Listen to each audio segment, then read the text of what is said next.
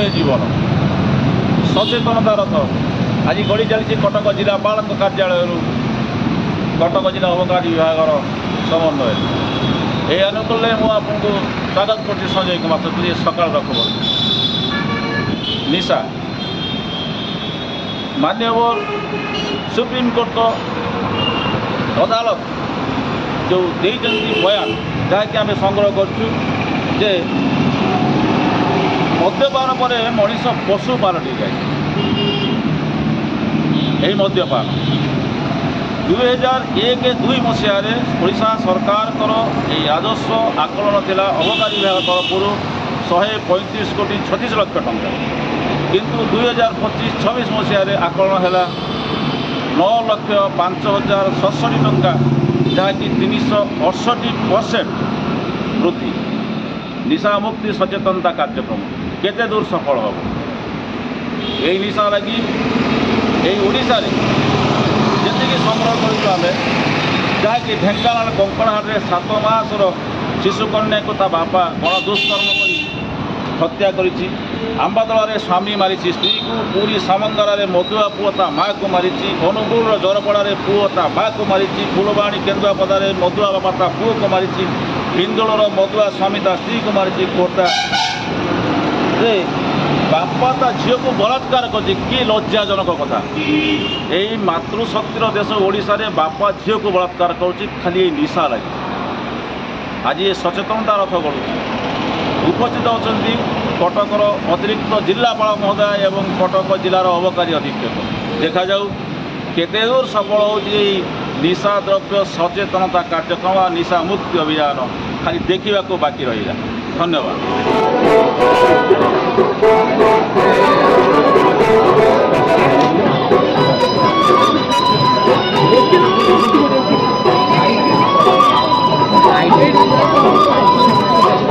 नमस्कार आपको जिला प्रशासन एवं कटक जिला अबकारी कार्यालय तरफ जो चली सचेतनता कार्यक्रम निशा मुक्ति कार्यक्रम से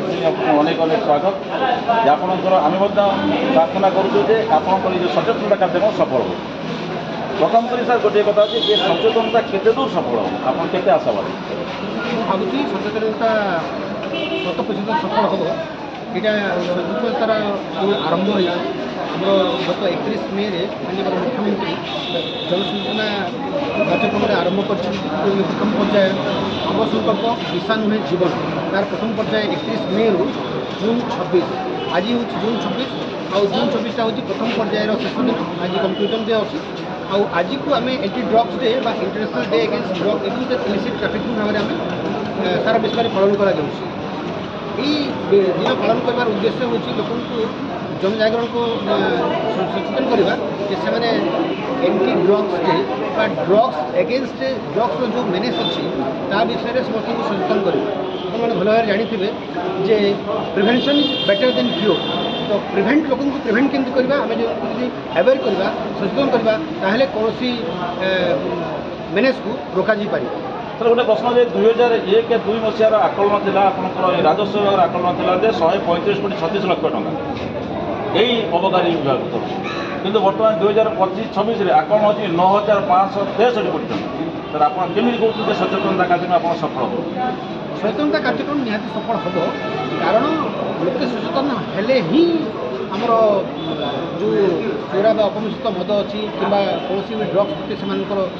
विमुख 368% सर अधिका हो जाए 2001-2 रु 2025 368% अधिका राजस्व आदाय तेणु आपंकर निश्चित भाव में जो दुकान फुकान सब बढ़ ये अबकारी विभाग आदाय नंबर 1 पॉइंट नंबर 1956 मसीह गोटे ओडिशा अबकारी आईन लागू होता राज्यपाल महामहिम राष्ट्रपति पारित होता 2020 होता कि लागू हो पारा ना जहाँफल कि ये सब बहुत बहुत दुर्घटना होती नाबालिका दुष्कर्म होती मद पीकी बापा झील को दुष्कर्म कर प्रतिफल मिलूना जदि ये दुष्कर्म कथा कहुए जेकोसी क्राइम कथा कहुए क्राइम तो सुस्थ मनुष्य सुस्थ मानसिकता लोक भी जो निशाग्रस्त न होकर भी क्राइम कर बट आम देखा जे समाज निशा को केमी जोड़ी पाए ये हूँ आम संकल्प निशा नुहे जीवन को आम बाछी आपंकर निशा नुहे जीवन कार्यक्रम सचेतनता बार्ता समस्त घर पहुँचू ଏବଂ ଆପଣଙ୍କ କାର୍ଯ୍ୟକ୍ରମ ସଫଳ ହୁଏ ଏହି ମଧ୍ୟ ଆମେ ବି କାମନା କରୁ। ଧନ୍ୟବାଦ। ଓଡ଼ିଶାର ନିଶାମୁକ୍ତ ହଉ। ନମସ୍କାର ମ୍ୟାଡ଼ାମ୍। କଟକ ଜିଲ୍ଲାର ଅବକାରୀ ବିଭାଗ ପକ୍ଷରୁ ଚାଲିଛି ଆଉ ଜିଲ୍ଲା ପ୍ରଶାସନ ମିଳିତ ଆନ୍ଦୋଳନକୁ ନିଶାମୁକ୍ତି ଅଭିଯାନ ଚାଲିଛି, ସଚେତନତା ରଥ ଚାଲିଛି। ସେଥିପାଇଁ ଆପଣଙ୍କୁ ଅନେକ ଅନେକ ପ୍ରୟାସ ଏବଂ ଅନେକ ଅନେକ ଶୁଭେଚ୍ଛା ମଧ୍ୟ। এই যে নিশামুক্তি রথ সচেতনতা রথ কেতে দূর সফল হয়েছিল আশা করছি? আমি আশা রাখছি কলেক্টর স্যার আর ডিপার্টমেন্ট এতে আমি নিহতি ভাবে আমার यंगस्टर्स আমি যে আজ ইনক্লুড করছি সেই গ্রুপ সে নিহতি ভাবে অ্যাওয়ার হলে যেহেতু জনে মানে ইয়ং যদি এইথে আপনার অ্যাওয়ার হলে সে পুরা এন্টায়ার ফ্যামিলি সোসাইটি সমস্ত সে অ্যাওয়ার করবে এই মেসেজটা ইয়ং পিপল তাଙ୍କ ফ্যামিলি ଅନ୍ୟ সোসাইটির ଅନ୍ୟ সেকশন ଲୋକଙ୍କୁ ଯାଇପାରିବ ଦ୍ୟାଟ୍ ଆଉ ଏଇ ରାଲି ଅଛି ଆଣ୍ଡ ଆପଣଙ୍କର ବ୍ୟାନ୍ ଯାଇଛି ମାନେ ମ୍ୟାଡ଼ାମ୍ 2001-2002ରେ ଆମର ଯେଉଁ ଅବକାରୀ ବିଭାଗର ଯେଉଁ ରାଜସ୍ୱ ଆକଳନ ହୋଇଥିଲା ଯେ 135 କୋଟି 36 ଲକ୍ଷ ଟଙ୍କା, ବର୍ତ୍ତମାନ ଆକଳନ ଅଛି 9,435 କୋଟି ଟଙ୍କା।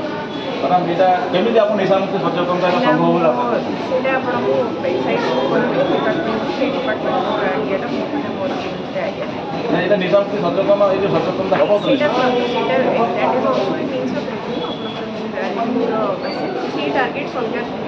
কারণ 368% বর্তমান 2001-2 বর্তমান 2025 368% পড়ি যাচ্ছে বর্তমান রাজস্ব তো এইটু এক্সাইজ তেমন কেমিতি সচেতনতা হব সচেতনতা মানে হচ্ছে আপনার মানে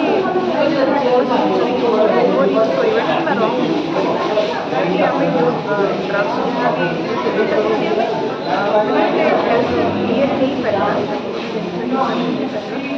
রেগুলেটেড ইউজ ଜଣେ ବରିଷ୍ଠ ପ୍ରଶାସନିକ ଅଧିକାରୀ ଆପଣ 1956 ମସିହାରେ ମଧ୍ୟ ଏହି ବିଲ୍ ପାରିତ ହୋଇଥିଲା, 2020 ମସିହାରେ ମଧ୍ୟ ହୋଇଥିଲା, କିନ୍ତୁ ଏପର୍ଯ୍ୟନ୍ତ ସଫଳ ହୋଇପାରିଲା ନାହିଁ। ଧନ୍ୟବାଦ।